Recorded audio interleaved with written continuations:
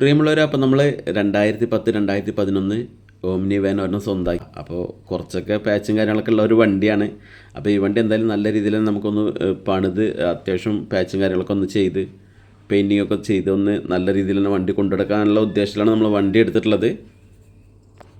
83,000 നമ്മൾ പാർട്ടി കൊടുത്തു. ഇൻഷുറൻസും ടാക്സൊക്കെ അടച്ച് വന്നപ്പോൾ നമുക്ക് 95 രൂപയുടെ അടുത്ത് വണ്ടിക്ക് വില വന്നു.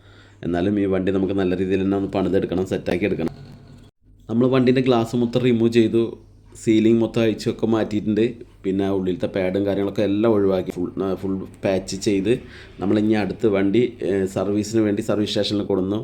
സർവീസും കാര്യങ്ങളൊക്കെ നടന്നുകൊണ്ടിരിക്കട്ടാ. സർവീസിങ് കഴിഞ്ഞിട്ട് അതിൻ്റെ അണ്ടർ പെയിൻറ്റും കാര്യങ്ങളൊക്കെ ചെയ്തിട്ട് വേണം നമുക്ക് ഇവിടുന്ന് വണ്ടി പെയിൻറ്റിങ്ങിന് കൊണ്ടുപോകാൻ. നമ്മളിതിൻ്റെ പെയിൻറ്റിങ്ങിൻ്റെ റേറ്റ് പല സ്ഥലത്ത് നമ്മൾ അന്വേഷിച്ചു. റേറ്റ് കൂടുതലായി 25,000 രൂപ ആ റേഞ്ചിലൊക്കെ റേറ്റ് ഓരോരുത്തരും പറഞ്ഞത്.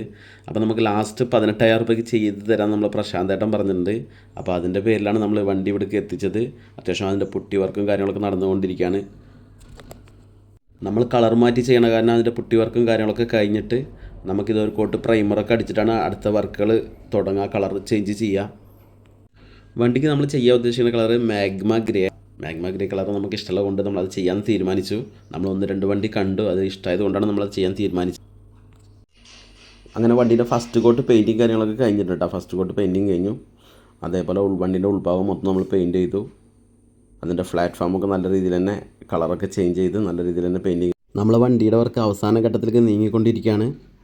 ഫിനിഷിംഗ് കോട്ട് കഴിഞ്ഞിട്ട് വേണം നമുക്കിതിൻ്റെ അപ്പോൾസറി വർക്കിലേക്ക് കിടക്കാൻ. അപ്പോൾസറി കാര്യങ്ങളൊക്കെ ചെയ്യാണ്ട്, അതേപോലെ സൈഡ് പേഡും കാര്യങ്ങളൊക്കെ ചെയ്യാണ്ട്.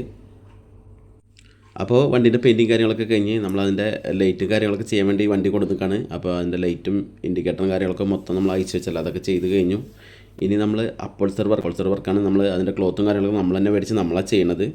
ഇതിൻ്റെ ടോപ്പ് ഫസ്റ്റ് അതിൻ്റെ EP ഫോം ചെയ്തിട്ടുണ്ട്. അടിയിൽ EP ഫോം ഓമിനി ആയതുകൊണ്ട് AC ഇല്ലാത്ത കൊണ്ട് നമ്മൾ ഒരു ഹീറ്റ് കുറയാൻ വേണ്ടി, ഉള്ളിലത്തെ ചൂട് കുറയാൻ വേണ്ടിയിട്ട് തന്നെ EP ഫോം അടിച്ചിട്ടാണ് അതിൻ്റെ മുകളിൽ നമ്മൾ ക്ലോത്ത് ഒട്ടിക്കുന്നത്.